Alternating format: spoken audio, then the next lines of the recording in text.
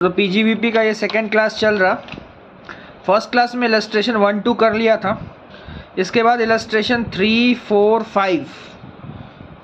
5 ये हम करवा चुका है, तो हम नहीं करवा रहे हैं। ओके, नेक्स्ट आते हैं computation of capital gain in case of depreciable assets. अरे यार पीजीबीपी पढ़ा रहे तो कैपिटल गेन में कहाँ से चले आए हैं, वही तो बता रहे तेरे को। सुनना, याद रखना, अगर कोई शॉर्ट टर्म कैपिटल गेन होता है, ठीक है, और उसमें अगर तेरा क्लोजिंग WDV निकल जाता है तो वही तेरा कैपिटल गेन हो जाता है। नहीं समझ में आया? देख सुन, इधर देख क्या बोला, देख सुन, देख जैसे यहाँ बोला है ओपनिंग WDV है 1 लाख, एडिशन परचेस किया 50,000 का, तो 1.5 लाख होता है। लेस कर तू सेल वैल्यू, अब 1,75,000 का तेरा सेल हुआ है, लेकिन तू इसको रेस्ट्रिक्ट करेगा 1.5 लाख पे। अरे ऊपर में क्वेश्चन दिया हुआ देख ना, ओपनिंग WDV 1 लाख था, जो तू एसेट्स ब्लॉक का खरीदा है, कितना का ब्लॉक खरीदा है, 50,000 का, ठीक है, सेल किया 1,75,000 में, but you can not take 1,75,000 because you have just got 150, तो 1,50,000 लेके क्लोजिंग WDV तू नील लगा देगा, ठीक है। तो भैया बैलेंस जो मेरा 25,000 का कम हुआ वो क्या हो जाएगा, वो 25,000 का शॉर्ट टर्म कैपिटल गेन हो जाएगा। 25,000 का क्या हो जाएगा, short term capital gain. Next question, block 1, building का रेट 10% है। बोला एक बिल्डिंग है, WDV 2 लाख है, सेल किया तो कितना में, 29 लाख में। ओके वेरी गुड, परचेज किया और एक 12 लाख में, तो 4.5 लाख का था, फिर से तू 12 लाख में खरीदा, तो 4.5 और 12 हो गया 16.5, लेकिन जो तेरा सेल हो रहा है वो 29।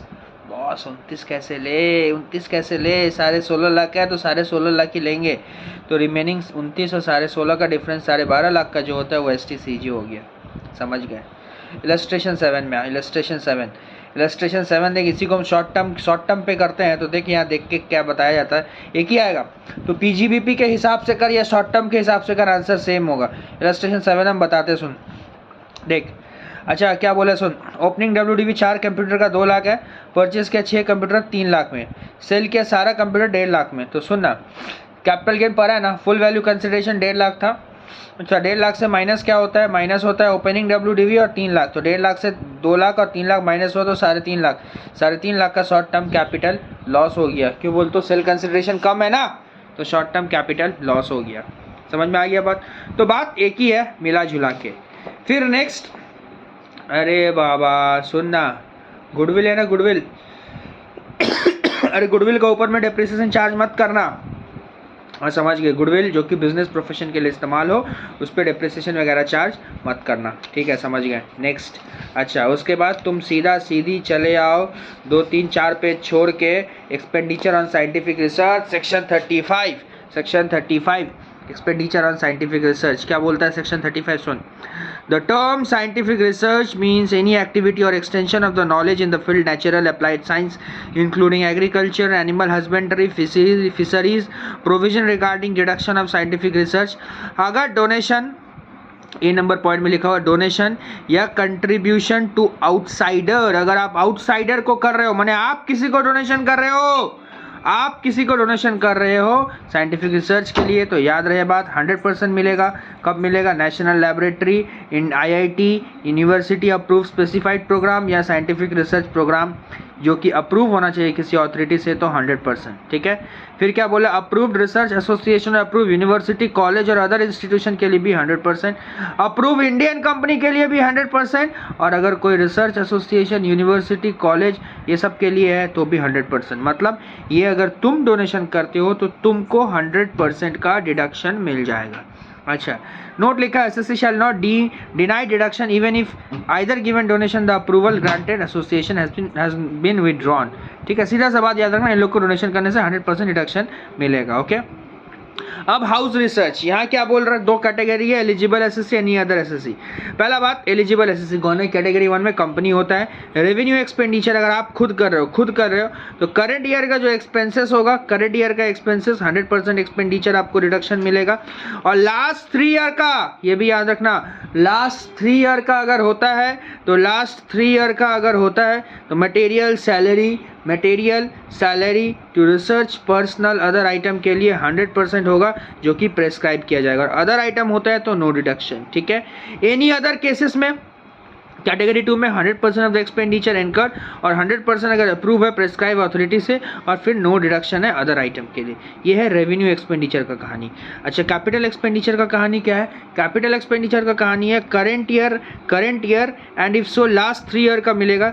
लैंड एंड बिल्डिंग के लिए डिडक्शन नहीं मिलता है दोनों केसेस में, प्लांट एंड मशीनरी और अदर एसेट्स के लिए 100% दोनों केसेस में, और 100% मिलता है करंट ईयर में और 100% लास्ट 3 ईयर में। ठीक है, ये एलिजिबल एसएससी कौन है? कंपनी, एनी अदर केस में नॉन कंपनी।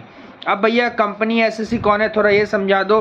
कंपनी एसएससी किसको बोलता है? Not being a company approved in 35(1)(2) जो अप्रूव नहीं है biotechnology, manufacturing goods other than 11 schedule agreement corporation prescribe authority with fulfil such condition with regard to maintenance and audit of accounts. इसका होता है वो लोग इसमें कंपनी के डेफिनेशन में नहीं आते, माने उन लोगों को इससे रिडक्शन नहीं मिलेगा।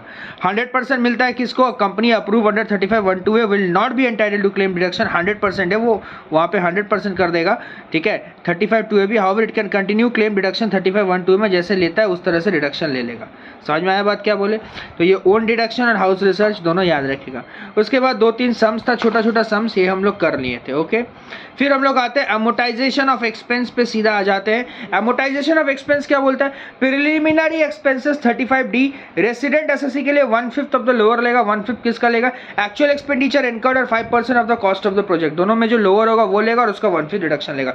मैंने एक्चुअल एक्सपेंडिचर जो तू इनकर कर रहा है वो और 5% of cost of the project 1/5। अच्छा, प्रोविजन पढ़ाने के बाद तुरंत जो अभी सम्स हम करवा नहीं रहे, लेकिन तुम जो बुक में सम्स है वो कर लो, इससे क्या होगा ना, सारा याद हो जाएगा। ओके, अच्छा, फॉर इंडियन कंपनी अगर है तो ये तुम्हारे रेसिडेंट एसएससी के लिए इंडियन कंपनी अगर है 1/5 of the lower of the following में क्या लेगा? एक्चुअल एक्सपेंडिचर इनकर्ड और 5% कॉस्ट ऑफ द प्रोजेक्ट और कैपिटल एम्प्लॉयड में जो हायर है वो, कॉस्ट ऑफ द प्रोजेक्ट और कैपिटल एम्प्लॉयड में जो हायर है वो लेना, उसका 5% लेना, एक्चुअल दोनों में जो लोअर होगा वो ले लेना, उसका 1/5 ले लेना। समझ में आया? पहले एक्चुअल एक्सपेंडिचर देखना, फिर cost of the project, capital employed, दोनों में जो हायर होगा वो लेना और उसका 5%। ठीक है, उसका 5% लेना और एक्चुअल एक्सपेंडिचर दोनों में जो लोअर है वो लेगा, फिर उसका 1/5 कर लेगा।